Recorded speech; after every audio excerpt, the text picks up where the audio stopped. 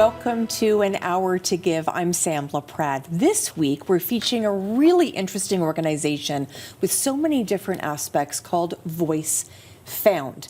Their incredible founder and leader is going to join us a little bit later. Her name's Cynthia Bland. And this show, as you know, is all about philanthropy, community, and volunteerism. We're going to learn a lot about Voice Found today.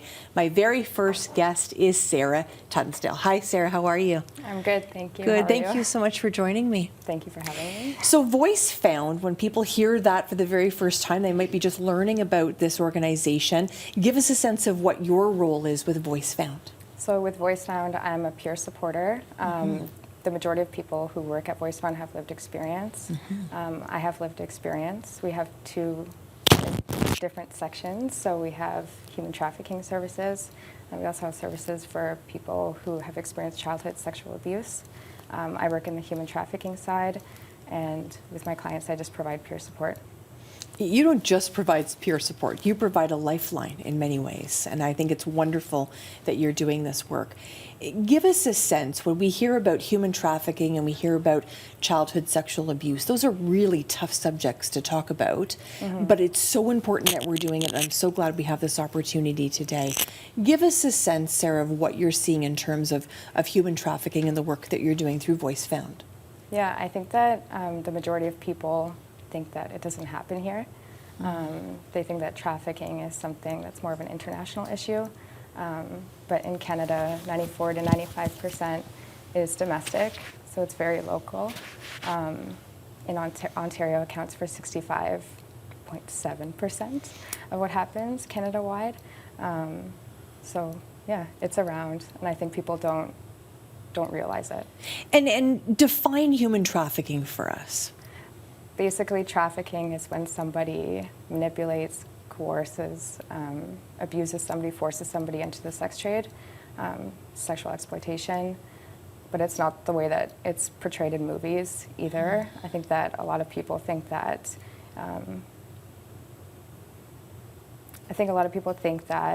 it's easily identifiable because of how it's portrayed in the media, but that's not the case. Many people who are being trafficked look just like your neighbor. You know, they're in shopping malls, they're at schools, and it's not easy to identify. Such an important point, because I think this is all about learning today for me. I mean, I want to learn as much as I can today, because I think, you know, as somebody that's got a 16-year-old daughter, you know, it's happening across the city, all different ages, all different communities. I think that's a myth we're going to bust today, right? Yeah, it can happen really to anybody, that's for sure. I think that there are communities that are specifically targeted and more vulnerable to trafficking. But it can definitely happen to a variety of people, to anybody really. And in the work that I do too, no story is the same. No survivor looks the same, has the same life experience. There's a lot of commonalities, but it's different for everybody.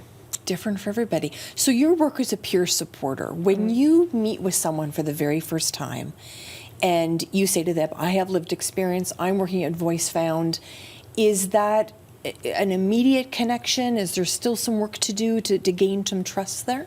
Definitely a lot of work to do. I think trust is really essential for doing any type of meaningful work with the type of people that I work with. And identifying myself as somebody who has lived experience definitely helps break the ice. I remember the first time that I met somebody who said that they had gone through something similar as me. Like, I will always remember that. There's a lot of amazing survivors that work in this field as well, and I'm privileged to know them. But when I meet with somebody for the first time, it's just really listening to them, ensuring that I'm very present, and it's non-judgmental and warm. Yeah. And all that is so important, because you want people to be able to find hope at Voice Found, right? Yeah, hope is really important, and I think that the people that we work with, especially in first contact, there is no hope for a lot of people. It's a very isolating experience. It's very scary, and I think that as I work with people, ensuring that they know that life can be so different is really important, and helping people kind of walk through, I guess, what they're going through so they don't feel so alone. Yeah, and building that trust, like you said.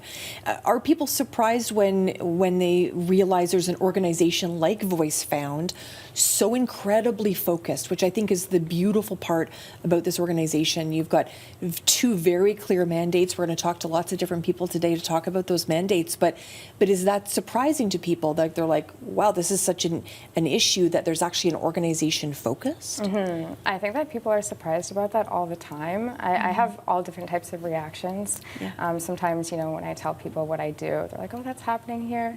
That's a common reaction. But then for the community that I work with, right, like my clients, I hear all the time, like, I can't believe this exists. I can't believe that there's a place that's doing these things. And that's great to hear because, like you said, it is really focused, but there's such a need for that as well because it is a unique experience. And people really do need that wraparound kind of care. One of the things I love about this show is that we do talk about difficult subjects, and I love to bust myths. So what's another myth we could bust today about the work that you do? There's tons. Yeah. I think one for sure is that it just happens to girls and women. It happens to boys and men as well. That's one that I'll highlight because that's at the forefront of my mind right now. I think that there's a lot of stigma when it comes to survivors, and even just in general, like there's a limited kind of understanding of what's possible for somebody once they've been through something like that. And anything is possible. I'm trying to think of some other myths. Another myth would be that you would assume somebody who's being trafficked would ask for help, that they would know what's happening to them. And many times the people going through it they believe they're consenting. So I see that all the time. I would say almost with every single person.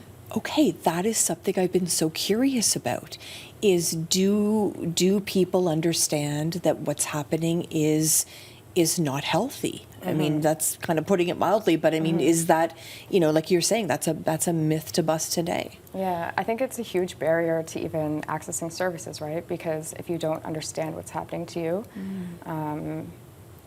you don't have the words for it, how can you seek services? I think, it's a huge barrier even to healing, because again, even if you have exited, but you have this understanding that, well, I was consenting to what was happening, or I loved this person. Like a lot of people love to have a trauma bond to the person that exploited them. And I think working around that is difficult. It takes a really long time. It can take years.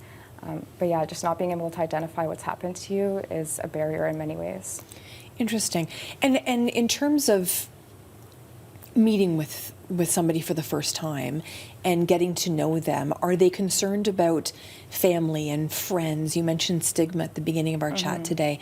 Is that something that also comes into play? Do I have to tell people? All of that.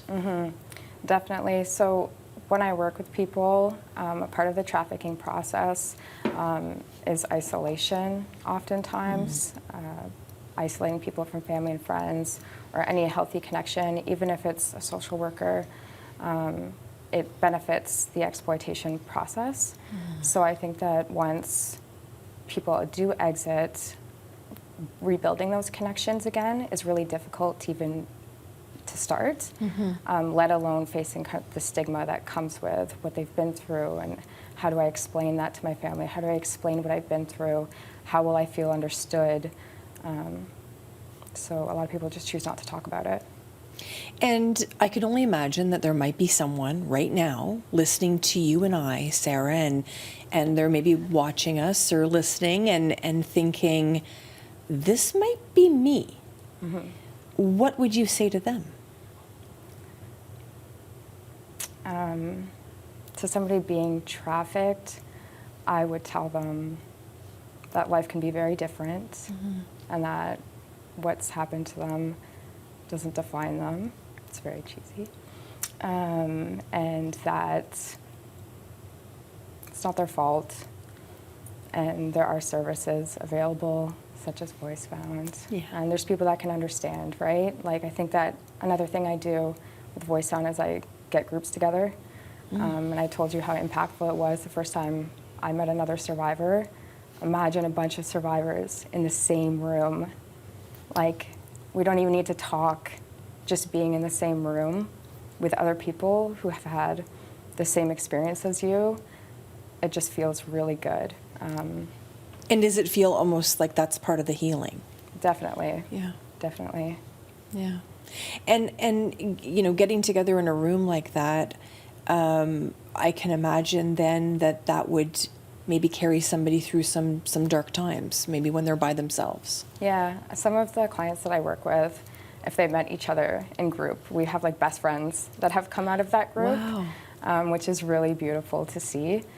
And so sorry, I forgot your question. No, that's okay. No, it was a perfect answer. I mean, I Sorry. think that's it's all about creating that support, right? And you're at the core of that. This kind of work that you're doing, you know, when you get up in the morning and you know that potentially you're going to meet somebody that you know that is going to come and see you for the very first time, does that also give you hope? Oh, definitely. Yeah, my job is so fulfilling to me. I'm very privileged. I see it as a privilege to do this kind of work. It's even a privilege to be here speaking about this because I want to represent it accurately for all the clients that I work with. They are such amazing people, truly amazing people with so many skills. They're passionate, they're resilient, and I feel very lucky, you know, to get to work with them. So yeah, every day when I do wake up and go to work, it doesn't really feel like work. This is just my life, and I love it. Amazing. I think you're pretty amazing. Thank you. I think that's incredible that you have this wonderful gift to be able to share time with people that are going through these difficult times. And it's all about hope. And when I think about Voice Found, I think about hope. Now I'll think about you. Oh, thank you. We're going to meet lots of different people from Voice Found today. So you kicked us off. You did a beautiful job. We're going to meet lots of different people today. Thank you so much, Sarah. Thank you.